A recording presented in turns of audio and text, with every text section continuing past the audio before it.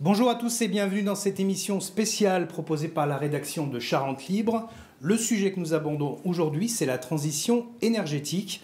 Un hors-d'œuvre avant les étoiles de l'environnement, les trophées que CL vous proposeront.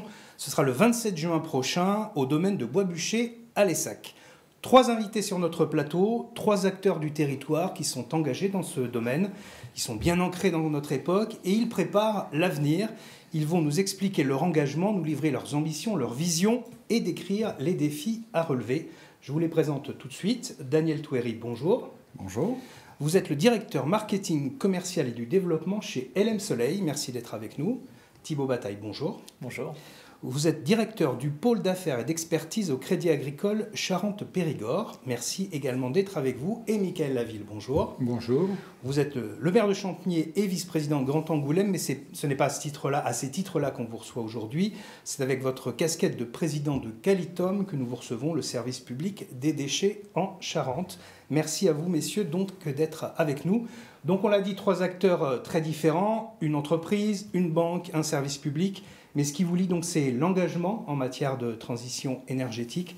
On va le voir, vos structures sont complémentaires, même si elles semblent a priori très différentes. Premier tour de table rapide, si vous le voulez bien, pour préciser qui vous êtes et ce qui fonde votre légitimité pour parler du sujet qui nous intéresse aujourd'hui. On commence donc avec vous, Daniel Touéry, de LM Soleil.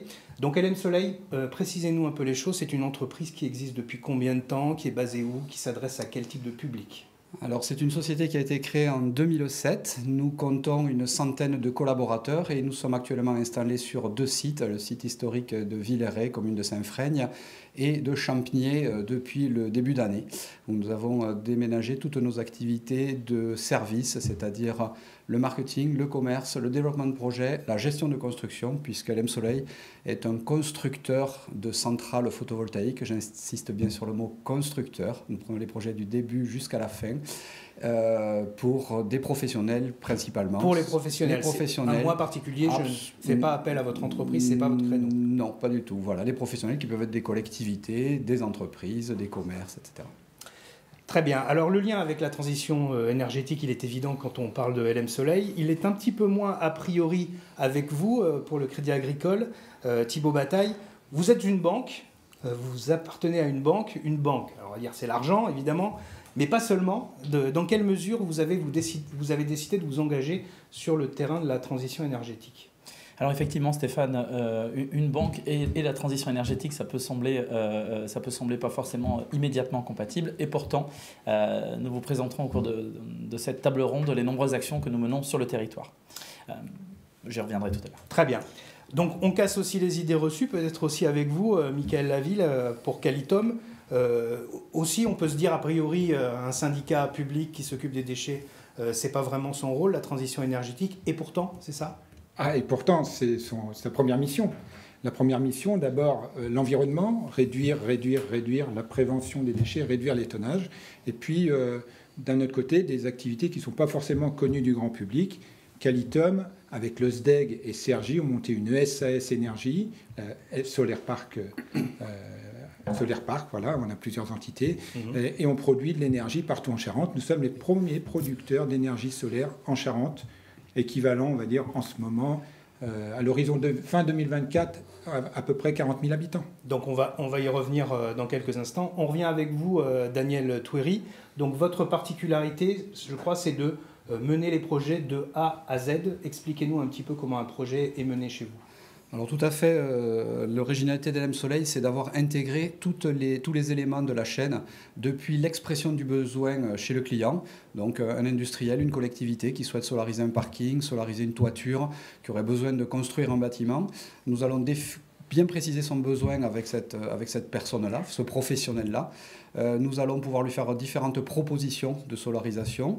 Nous pouvons ensuite lui proposer d'être tiers investisseur, c'est-à-dire que nous, LM Soleil, pouvons investir dans la construction, par exemple, de son bâtiment ou sur les ombrières de son parking, moyennant une location de cet espace-là.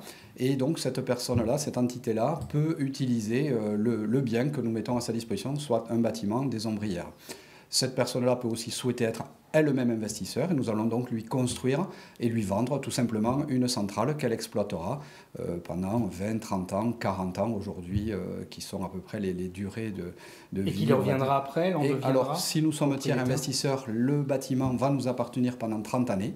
Et à partir de la 31e année, effectivement, la commune ou le professionnel devient propriétaire de l'installation et continue à exploiter la centrale. Et donc, chez LM Soleil, nous nous occupons de la mise en forme du besoin depuis son expression jusqu'au démantèlement de la centrale, en toute la partie construction, la partie maintenance, exploitation de la centrale. Vraiment, nous avons tous les services intégrés dans notre structure. Au Crédit Agricole, Thibaut Bataille, c'est donc une banque, on l'a dit. On dit souvent la banque verte pour parler du Crédit Agricole. Et cette expression peut prendre tout son sens quand on parle de transition énergétique.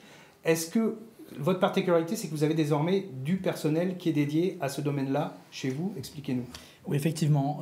Au Crédit Agricole Charente-Périgord, nous avons 21 personnes qui travaillent à temps plein sur les problématiques de transition énergétique, que ce soit les sujets de responsabilité sociétale de l'entreprise, nos sujets plutôt internes, ou encore le financement des grands projets d'infrastructure, mais aussi l'accompagnement de la réduction des consommations de nos clients, les logements, les entreprises, mais aussi l'efficacité énergétique.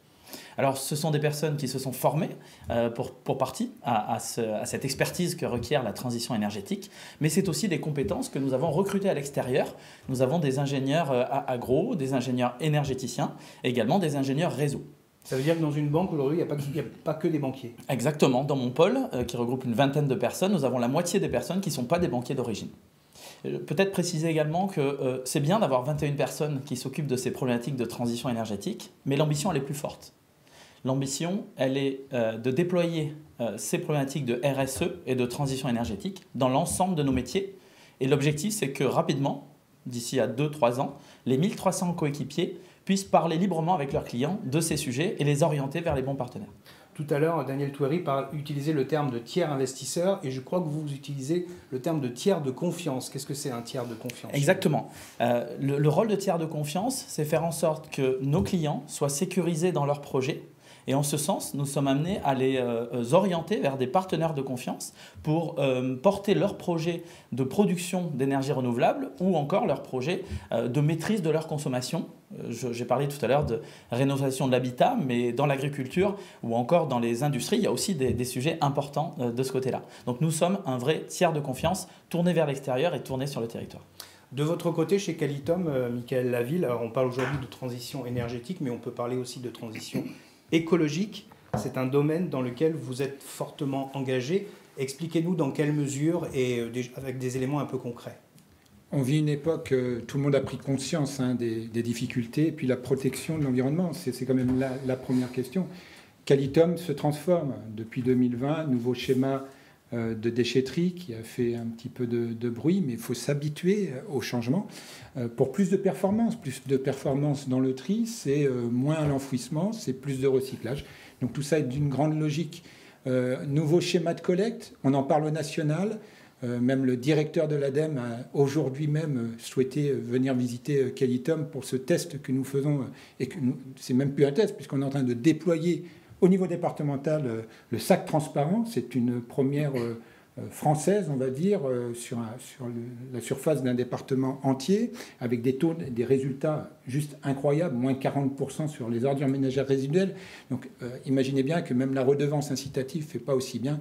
Donc il faut vraiment qu'on se re-questionne sur la façon de faire. Qu'allons-nous faire de nos déchets demain? Les déchets, ils sont là, ils sont sur le territoire. C'est presque, j'ai envie de dire, alors, moins il y en a, mieux on se porte. Mais pour ceux qui sont là, ça doit devenir une ressource. Et cette ressource, il faut la mettre au bénéfice de l'énergie, au bénéfice du recyclage en premier lieu. Le recyclage, le réemploi. Enfin, le premier lieu, c'est de ne pas faire de déchets, qu'on soit d'accord. Malheureusement, on est entre un industriel qui produit de l'emballage ou autre, et un autre industriel qui reprend quand Qualitum a fait le boulot, c'est-à-dire à les collecter et trier. Donc voilà, donc ce déchet-là, il existera toujours, mais la performance, c'est d'arriver à faire baisser ces tonnages et d'une manière hyper forte.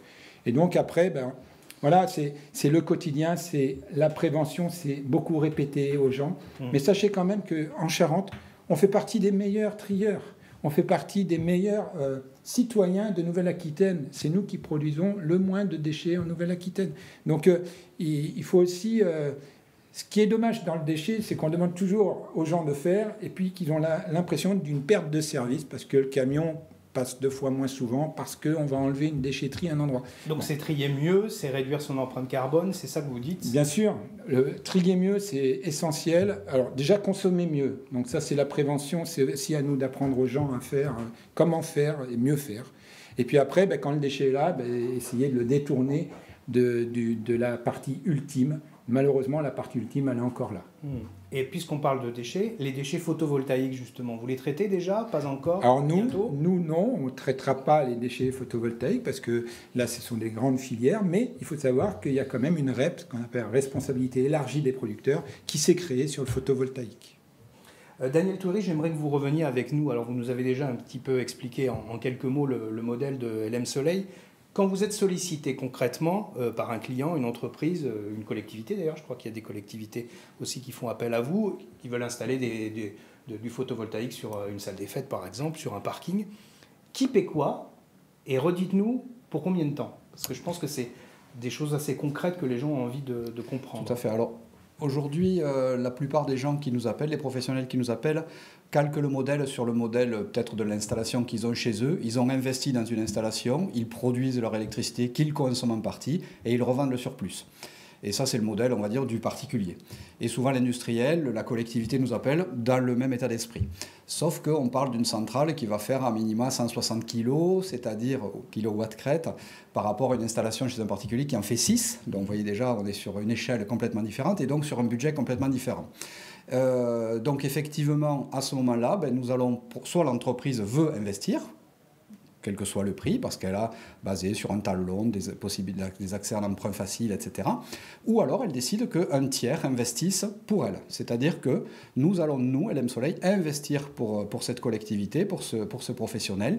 Donc nous allons, nous, payer le bâtiment s'il y a lieu de construire un bâtiment ou des ombrières, payer les panneaux photovoltaïques, donc qui sont installés sur ces bâtiments, sur ces ombrières ou sur une toiture existante. Et nous allons, nous, exploiter cette électricité que nous allons revendre en majorité dans le cadre d'un contrat d'obligation d'achat auprès d'EDF.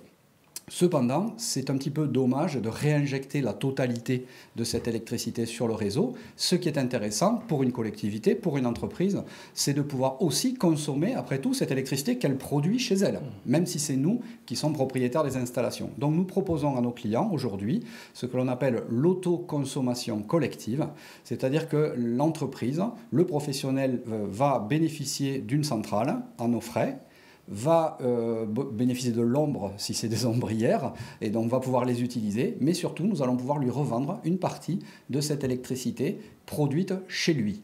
Et on peut étendre cette possibilité-là à son voisin, l'industriel d'à côté, la commune d'à côté peut avoir un besoin dans un certain périmètre et nous allons pouvoir aussi, cette électricité qui est produite sur un parking, la revendre à l'industriel d'à côté ou qui est de l'autre côté de la rue. Donc LM Soleil qui produit de l'électricité, donc c'est assez évident. En revanche, pour le Crédit Agricole, Thibaut Bataille, que le Crédit Agricole se lance dans la production d'énergie, ça c'est quelque chose qu'on connaît assez peu. En tout cas, le grand public le connaît assez peu. Expliquez-nous un peu dans quelle mesure, et je crois que vous possédez vous-même des centrales photovoltaïques, c'est ça ? Tout à fait. J'ai parlé tout à l'heure de la diversification de métiers en termes de conseil, d'accompagnement, d'expertise. Mais nous avons aussi un rôle à jouer au-delà de nos financements dans les sujets de haut de bilan, dans les sujets de financement en fonds propres. Donc là, il ne s'agit pas de dette bancaire, il s'agit d'investissement au capital de projets vertueux pour le territoire. On a par exemple investi dans 2 méthaniseurs qui permettent la production d'énergie renouvelable pour l'équivalent d'une ville telle que Montmoreau, par exemple. Donc, ils sont où ces méthaniseurs ? Alors les 2 dans lesquels on a investi au capital, c'est en Dordogne, en l'occurrence, plutôt dans le sud-est de la Dordogne, dans le Bergeracois. Au-delà de ces investissements d'accompagnement pour des projets qui nécessitent un complément au-delà des subventions et du financement, nous sommes producteurs d'énergie, effectivement, vous l'avez dit Stéphane, et en ce sens, nous possédons des centrales photovoltaïques que nous exploitons. Nous en possédons 7 actuellement et l'ambition est d'en posséder plus de 100 à la fin de l'année 2026. Et pour cela, nous travaillons avec les partenaires de confiance, dont évidemment la société LM Soleil en Charente. Les 7 se trouvent où? Alors les 7 se trouvent en Charente et un petit peu en Charente-Maritime. D'accord. Et l'ambition, vous avez annoncé le chiffre de 100, c'est 100 en Charente? C'est 100 en Charente et en Périgord, puisque nous sommes sur les 2 départements au niveau de la caisse régionale. Pour qu'on se rende compte, c'est des structures qui sont importantes. C'est quoi la taille moyenne d'une centrale est de 300 kW crête. On va dire que l'investissement est de 300 000 € pour faire simple. Le moment où, au Crédit Agricole, vous avez décidé de vous engager dans ce domaine, ça s'est fait petit à petit, d'un seul coup, il y a longtemps. Expliquez-nous un peu ça. L'ambition, elle a germé il y a 18 mois, on peut dire. Lorsque Mme Galvez a pris la direction générale du Crédit Agricole Charente-Périgord, elle était profondément convaincue dans la nécessité de mobiliser notre banque régionale autour de la transition et de faire en sorte que notre banque ait un rôle d'impulsion et d'accompagnement de la transition du territoire. Et c'est dans cet esprit d'ailleurs que nous avons créé avec de nombreux partenaires locaux le Club Énergie Climat, qui est une entité non commerciale qui a vocation de discuter, d'influencer et d'agir très concrètement pour tenir les objectifs énergétiques et climatiques qui sont très ambitieux d'ici à 2050. Excusez-moi Stéphane, une petite réaction si je peux me permettre. Je vous en prie, vous pouvez vous répondre les uns les autres. Voilà, pour dire juste que l'importance aujourd'hui pour les particuliers, les entreprises, mais également les collectivités de prendre les choses en main. On a connu 2023. 2023, je donne un exemple. Le centre de tri à Trion, 2022, 240 000 € d'électricité, 2023, 1 600 000 € pour faire la même activité. Comprenez comment ça pèse. Ça peut peser sur la fiscalité, ça pèse aussi sur les budgets des entreprises, mais également des ménages. Quand LM Soleil parle d'autoconsommation, les collectivités, entre autres, mais les entreprises également, ont des grandes surfaces à couvrir, des bâtiments, des parkings. C'est un décret qui vient de passer. Tout parking de plus de 1500 m² devra prendre sa part en termes de couverture photovoltaïque. C'est d'une importance incroyable. Il faut faire savoir et connaître le côté bonus, parce que le propriétaire, il peut prendre soit une rente, soit une somme d'argent en prêtant ou en louant sa toiture. Et pour le locataire, mais aujourd'hui, moi j'ai des entreprises sur la commune de Champniers où on me dit, pour 1000 m² de surface commerciale, je paye 2800 € de gaz par mois. Imaginez bien que si ces bâtiments étaient équipés, eh ben, ça serait quand même fabuleux, puisqu'ils pourraient consommer directement et à un coût stable et sur de longues années. Et là, je reviens sur ce que dit le Crédit Agricole, tiers de confiance. Mais il faut savoir quand même que dans ce milieu-là, il n'y a pas que des gens qui ont des intentions bonnes. Il y a aussi des requins. Et donc, attention, la commune de Champniers a vécu 2 AMI un peu compliquées. La deuxième, c'est en train de se régler, mais la première, ça ne s'est pas réglé. Parce qu'on a des entreprises qui sont en dehors de notre département, qui répondent au national, qui prennent les affaires et qui ont un certain nombre de mois pour réaliser les affaires. Et en attendant de réaliser les chantiers, ils prennent les chantiers les plus lucratifs. Donc en fait, attention, et le tiers de confiance, je peux être que d'accord avec ça. D'abord, c'est intelligent de travailler en local avec des entreprises de confiance. Donc travailler en local, c'est important. Vous êtes tous les 3 Exactement. partenaires locaux. Vraiment travailler en local avec les entreprises. Et on en a sur le territoire, la preuve. Et on a des très bonnes sur le territoire. Et puis ne pas hésiter à aller vers ceux qui ont déjà fait et qui peuvent témoigner et amener leur expertise. Je reste avec vous, Michael Laville, si vous le voulez bien. Vous l'avez glissé tout à l'heure, mais votre service public est avec le SDEG, le syndicat d'électricité. Et ça, on ne le sait pas tellement, le premier producteur d'énergie solaire en Charente. Oui. On peut dire ça comme ça. C'est une réalité aujourd'hui, on espère se faire dépasser très vite. Alors, ça fait longtemps que vous travaillez sur cette question-là pour en arriver à ce résultat-là aujourd'hui? Alors, 2016, premier parc de photovoltaïque de Calitum à Dirac. Alors, il y a eu une politique de retraitement de nos anciennes décharges. C'est un terrain inculte, on ne peut rien en faire, c'est un massif de déchets. Donc on fait les choses correctement, on retraite les jus, les écoulements, on a une obligation. Et qu'est-ce qu'on fait de cette toiture végétalisée, puisqu'on met de la pelouse, entretenue par des moutons d'ailleurs. Donc voilà, il faut savoir que je suis un des plus gros producteurs, un plus gros propriétaire de têtes de moutons en Charente. Ça peut faire rire. En tout cas, Depuis Ça, on 2016, on ne le savait pas non plus. On sait ouais, pas beaucoup. 250 têtes de moutons. Hein, Bravo. Donc vous êtes à la tête de 250 têtes de moutons. Ouais. Bravo. Et donc à l'arrivée, ces massifs, on a réfléchi comment les traiter. Le photovoltaïque s'y prête à merveille. On a commencé avec un parc. Alors là, on a fait confiance à un privé, ce qui ramenait rien du tout à la collectivité. Et on a tout de suite monté avec le SDEG et Cergy, le syndicat de la Haute-Vienne, qui a une grande expertise dans la matière, la première SAS de France, la SAS Solaire Park. Et aujourd'hui, on a 6 parcs en activité, c'est à peu près 18 000 équivalents habitants en matière de production. Et on en a 18 000 qui arrivent. C'est-à-dire qu'on va pouvoir produire quasiment pour la Charente-Limousine, l'équivalent de la Charente-Limousine en énergie. Donc c'est quand même plus intelligent que de rien faire. Et aujourd'hui, alors ça fait 6 ans, et aujourd'hui ça prend tout son sens. Mais il faut savoir quand même qu'en Charente, on est un poil en retard en matière de production, hein, et notamment les collectivités. Tous les trois, vous vous connaissez en fait. A priori, on se dit une entreprise privée, une banque, un service public. Vous n'êtes pas fait forcément pour travailler ensemble. Et pourtant, dites-nous, tous les trois, vous travaillez bien ensemble régulièrement et vous devez travailler encore plus ensemble. Daniel Touavé. Oui, tout à fait. Bon, nous connaissons le Crédit Agricole puisque c'est un de nos partenaires bancaires, mais également Thibaut parlait tout à l'heure qu'ils sont propriétaires de centrales que nous avons eu le plaisir de construire pour eux. Et puis pour Michael, en tant que maire de Champniers, mais surtout à Calitom, nous allons construire un bâtiment et nous allons installer une autoconsommation puisque l'électricité va être produite sur un bâtiment mais va être consommée sur un autre bâtiment, sur une autre installation qui a quelques kilomètres de là.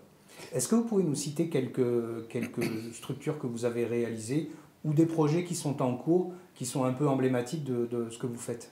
Alors déjà, LM Soleil tire ses origines du milieu agricole. Donc dans la campagne, je dirais charentaise, il y a énormément de bâtiments qui ont été construits par LM Soleil. Et puis après, la diversification vers les entreprises. Donc effectivement, des entreprises qui vont faire du thermoformage, des entreprises qui font du béton précontraint, des collectivités qui équipent leur parking. Donc nous solarisons différents parkings. Nous avons des projets pour Champniers, pour Saint-Yrieix. Nous avons différents projets, on va dire, qui sont à différents stades de maturité, soit d'élaboration, les premiers pas, on va dire, et d'autres pour lesquels ils sont mis en service et exploités. On a l'image a priori dans votre activité de champs photovoltaïques gigantesques avec des panneaux partout qui regroupent des bâtiments. C'est ce que vous proposez. Alors, vous allez me dire non, je le sais, mais c'est pas votre créneau. Absolument. Oui, comme je le disais, chez LM Soleil, une société qui tire ses origines du monde agricole avec des valeurs en fait. Pour nous, la terre, elle est faite pour être cultivée. Donc solariser des grandes surfaces alors on peut trouver toujours de dire oui, on met des moutons, on va pouvoir toujours, il y a l'agrivoltaïsme qui existe, mais ce n'est pas dans la philosophie d'LM Soleil. LM Soleil, nous sommes des constructeurs de bâtiments, donc des bâtiments pour rendre service à des agriculteurs, les origines de l'entreprise, mais aujourd'hui des entreprises, ça prend tout son sens, solariser des parkings, des toitures d'entreprise pour consommer localement l'électricité produite localement. On parle par exemple de la ZAN, la zéro artificialisation nette, qui vise à diviser par 2 les surfaces construites en 2035 et les ramener à 0 en 2050. Cette loi nous va bien parce qu'elle est complètement dans la logique éthique et verte, je dirais, de notre société. Pour revenir avec vous, Thibaut Bataille, vous parliez tout à l'heure des projets de méthanisation. C'est des projets chers, pour parler chiffres, ça coûte cher, c'est plusieurs millions. Qu'est-ce que vous pouvez nous en dire ? Alors, effectivement, en tant que banquier, nous devons nous organiser pour financer les projets qui font du sens sur le territoire, mais surtout les projets qui vont aider à la transition énergétique et climatique. Les chiffres du SRADET sont clairs. Le SRADET est un organisme public régional. Pour la Charente et la Dordogne, il s'agit de multiplier par 2 la production d'énergie renouvelable et de réduire de 18% les consommations d'énergie finale, et ceci d'ici 2050. D'ici 2030, pardon. Ça, c'est l'objectif intermédiaire. Donc, les objectifs de transition sont colossaux. Donc, les projets d'infrastructures massives comme la méthanisation, vous en avez parlé, c'est tout de suite 6 à 8 millions d'euros, un projet de méthanisation, c'est bien. Les projets photovoltaïques constituent l'essentiel des projets à financer. Et pour ce faire, nous avons un rôle, j'ai parlé de la diversification des activités. mais nous sommes avant tout un financeur des activités et notre rôle de choix des projets à financer est essentiel. Je vais vous l'illustrer par 2 chiffres. Nous avons en tant qu'un des principaux employeurs de Charente et acteurs économiques du territoire, nous avons transité nos agences, nous avons un parc électrique, un parc de voitures qui est à 70% électrique et nous avons réalisé toutes les actions nécessaires en interne. Mais ça ne représente que 1% de nos émissions de gaz à effet de serre. 99% des émissions de gaz à effet de serre que nous émettons, ce sont les financements que nous accordons à nos clients. Et en ce sens, nous avons intégré dans nos processus crédit l'ensemble de ces problématiques. Puisque vous avez donné quelques chiffres, on va essayer de ne pas appesantir les gens avec des chiffres, mais quand même quelques-uns. Peut-être avec vous, Daniel Touéry. C'est combien de mètres carrés supplémentaires de panneaux que vous installez ou que vous comptez installer dans les prochaines années? Alors au jour 2023, nous avons couvert l'équivalent, on va dire, de 10 hectares de panneaux photovoltaïques en toiture principalement, donc sur des toitures existantes ou des bâtiments construits. Dans les perspectives de développement de l'entreprise, nous comptons faire x5, on va dire, sur ces surfaces-là, juste en bâtiment. Puisque pour répondre aux besoins également d'une énergie de plus en plus importante localement, sur les territoires, nous développons une activité de petits sols, donc des petits fonciers. Michael tout à l'heure parlait de solariser des déchetteries, des sols qui étaient pollués. C'est des fonciers dégradés, par exemple des délaissés d'autoroutes, des délaissés SNCF, etc., qui ne seront jamais construits, etc. Donc c'est une activité où on construit des petites centrales au sol. Et là-dessus encore, donc, on vise à peu près, on va dire, une trentaine d'hectares qui seront construits par an. Donc encore une fois, vous n'êtes pas obnubilé par les grandes surfaces et même vous essayez d'exploiter les petites surfaces qui... Absolument. C'est vraiment optimiser en fait le terrain qui est soit déjà construit, soit qui ne le sera jamais pour X raisons. Pour Calitom, Michael Laville, puisqu'on parle des projets à moyen terme, on a beaucoup parlé, et déjà sur ce plateau avec vous, de la fameuse unité de valorisation énergétique, la future... Alors je sais que vous n'aimez pas qu'on dise usine d'incinération, mais c'est vrai que nous, la presse, on a l'habitude d'utiliser ce terme-là. Redites-nous en quelques mots, donc c'est l'ambition, c'est une ambition forte, et vous vous engagez, et il faut y aller pour quelles raisons? Alors d'abord, c'est plus qu'une ambition, c'est un projet. Alors on n'est pas interdit d'étudier, d'accord? Donc on étudie une unité de valorisation énergétique. Pourquoi? Parce que 2035, plus de capacité d'enfouissement en Charente. On sera donc en 2035 complètement à la main des industriels qui ont des unités de stockage.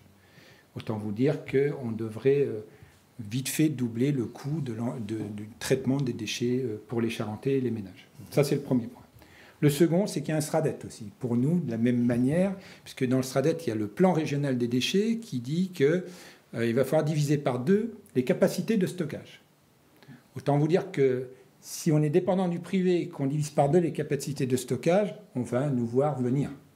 Il faut qu'on trouve donc un moyen d'être souverain dans le traitement des déchets, souverain de nos déchets, de ceux qu'on produit. Alors, même si on prend dans les hypothèses des tonnages hyper réduits par la prévention, parce que nous avons des vrais objectifs, peut-être même intenables, mais il faut être ambitieux en matière de prévention, même si on amène ce sac transparent qui a des vrais effets, il restera quand même beaucoup de déchets en Charente. Donc le projet du VE, il a du sens, parce qu'en fait, c'est produire de l'énergie avec nos déchets. C'est pour ça qu'on ne dit pas incinérateur. Incinérateur, c'était sans production d'énergie, mais c'est de l'incinération. L'UVE, c'est aussi de l'incinération, mais ce n'est pas un incinérateur, c'est une unité de valorisation énergétique, parce que derrière, on produit de l'énergie, on produit de la chaleur et on produit de l'électricité. On est obligé de faire les deux, c'est obligatoire.